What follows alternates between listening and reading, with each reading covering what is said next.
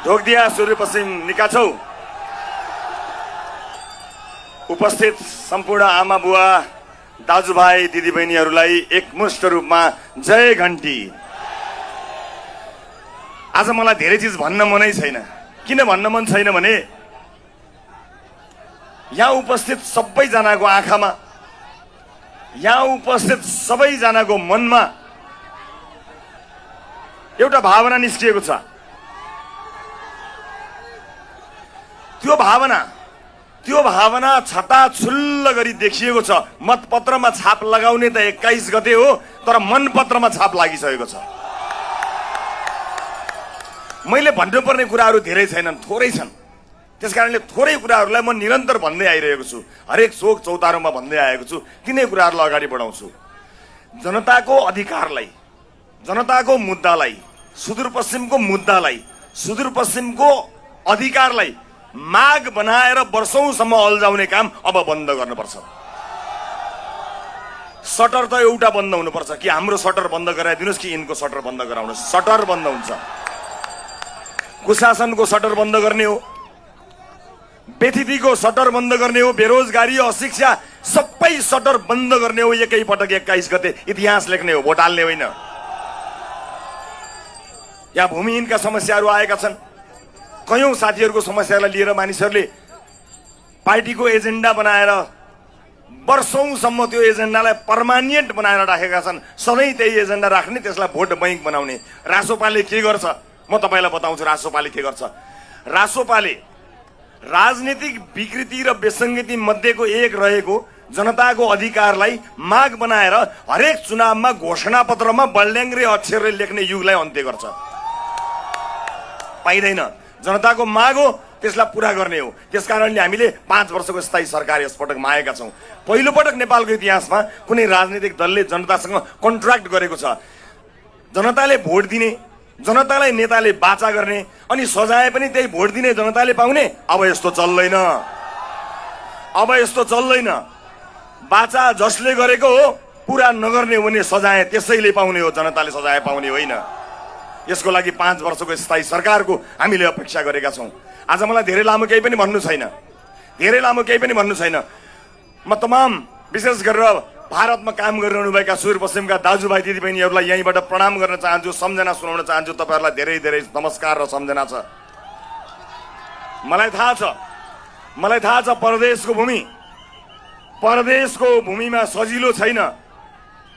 कामको चापाचाप छ, परिवार पाल्ने बाध्यताले जानु परेको छ। तर पनि छुट्टी मिलाएरै भए पनि भोट हाल्न चाहिँ आउनु होला। यसपटक देश बदल्नु पर्नेछ। यो देशमा चुनाव पहिला पनि भएको हो। यो देशमा कुनै पार्टीले पहिला पनि जितेको हो। यो देशमा कुनै न कुनै नेताले सधैँ जितेको हो। तर सधैँ नेताले जिते, जनताले कहिल्यै पनि जितेनन्। यसपटक जनता जिताउने हो। यसपटक जनता जिताउने हो। व्यक्तिगत हिसाब हामीलाई केही भन्नु छैन। हामी इतिहास बदल्ने सोच लिएर आएका छौं। मेरो राजनीतिक आकांक्षा अरु कसैको राजनीतिक आकांक्षा ठूलो कुरा होइन। देशको राजनीतिक आकांक्षालाई केन्द्रमा राखेर हामी यसपटक आएको छौं। सुदूरपश्चिममा आएर हामी यति भन्न चाहन्छौं। म यहाँका समस्याहरूका बारेमा उम्मेदवारहरूमा तपाईहरुले कुरा गर्नुभएकै छ। उम्मेदवारहरूले घर दैलोमा गर्नुभएको कुरा म यो मञ्चबाट बताउन चाहन्न। बस म यति भन्न चाहन्छु, यसपटक म त नबाड्नु होला। मलाई थाहा छ पुरानो राजनीतिक दलहरूप्रति आस्थावान साथीहरू पनि हुनुहुन्छ। यहाँ नआए पनि कहीँ न कहीँ हेरेर बस्नु भएको होला। कतिपय राजनीतिक दलको साथीहरूले त्यो राष्ट्रसभाको कार्यक्रममा जाने होइन है भनेर थर्काएर नआएर लाइभ हेरेर पनि बसिरहनु भएको होला। अहिले तपाईको निष्ठा, तपाईको पार्टीका लागि म त्यसलाई सम्मान गर्दछु। तपाईले जीवनभर गर्वैदेखि एउटा पार्टी समाउनु भएको हो, म त्यसलाई पनि सम्मान गर्न चाहन्छु। तर देशको अस्तित्व जोगाउने बेलामा, देशलाई ऐतिहासिक योगदान दिनुपर्ने बेलामा तपाईले कुनै दिन भन्न पाउनुहुनेछ कि यो देशको परिवर्तनमा मेरो पनि लगानी छ, मेरो पनि भोट छ। यो त्यही बेला हो। तपाईका पार्टीहरू हिजो थिए, भोलि रहलान् नरहलान् म भन्न सक्दिनँ। हाम्रै पार्टी भोलि के हुन्छ म भन्न सक्दिनँ। तर आफ्नै हातले इतिहास लेख्ने यो अवसर यो देशले फेरि कहिले पाउँछ पाउँदैन मलाई थाहा छैन। त्यसकारणले यो अवसर ऐतिहासिक अवसर हो। देशका लागि अब एक साथ हिँड्नु पर्दछ भनेर रवि बालेनहरू भोलि आउँछन् आउँदैनन् मलाई थाहा छैन, अहिले आएका छन्। यसलाई राष्ट्रिय अवसर र उत्सव बनाउनुपर्छ। म यति भन्नका लागि आएको छु। यहाँको मेडिकल शिक्षाका कुरा, यहाँको बाटोघाटोका कुरा, यहाँका पूर्वाधारका कुराहरू हामीले भनिसकेका छौँ। म खुद्रामा कुरा गर्न आएको छैन। अब एकैपटक बदल्नुपर्ने जे हो सबै बदल्ने हो। मान्छेलाई सिंहदरबार जलेको कुरा चलेको छ। यहाँ मानिसहरू भनेका छन् सिंहदरबार जलेको छ भने सिंहदरबारलाई बनाउने हो, तर बनाउनुभन्दा जरुरी सिंहदरबार बदल्ने हो।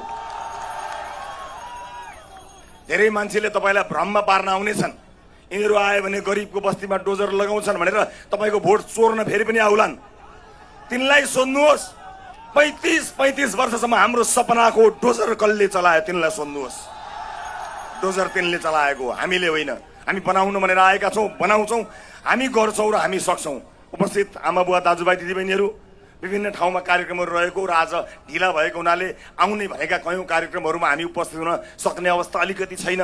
बाटोमा मायाका साथ उत्साहका साथ फुल लिएर बस्नुभएका, मुस्कान लिएर बस्नुभएका आमा बुवा दाजुभाइ दिदीबहिनीहरूलाई म यहीँबाट सम्बोधन गर्न चाहन्छु। यसपटकको चुनावमा देशैभरिका घन्टी वाहकलाई हामीले जिताउनु पर्नेछ। यसपटक भोट माग्न उम्मेदवार पुगेन भने तपाईँ पुगिदिनु पर्नेछ, किनकि यो तपाईँ हाम्रो सन्ततिको भविष्य निर्माण गर्ने बेला हो। घर घरमा जानुहोला र भन्नुहोला घन्टी वाहकको तर्फबाट हामी आएका छौँ। यसपटक बाँड्ने काम नगर्नुहोला। म भनेकै कुरा फेरि दोहोऱ्याउँछु। कतिपयले भन्नुभएको छ प्रत्यक्षमा चाहिँ घन्टीलाई हालौँला, समानुपातिकमा अरू कसैलाई हालौँला, या समानुपातिकमा अरू कसैलाई हालौँला, प्रत्यक्षमा घन्टीलाई हालौँला भन्नुभएको छ। म सबै ठाउँमा नबिर्सिकन भन्ने कुरा सुदूरपश्चिममा पनि नबिर्सिकन भनेर जान्छु। बेथेती र भ्रष्टाचार सबै फाल्ने कि आधी फाल्ने, पुरै फाल्ने कि आधी फाल्ने हो, अलिकति राख्ने कि राख्दैन राख्ने। त्यसो हो भने प्रत्यक्षमा पनि घन्टी, समानुपातिकमा पनि घन्टी, यहाँ पनि घन्टी, त्यहाँ पनि घन्टी, देशैभरि घन्टी। सबको जय होस्। जय देश, जय घन्टी।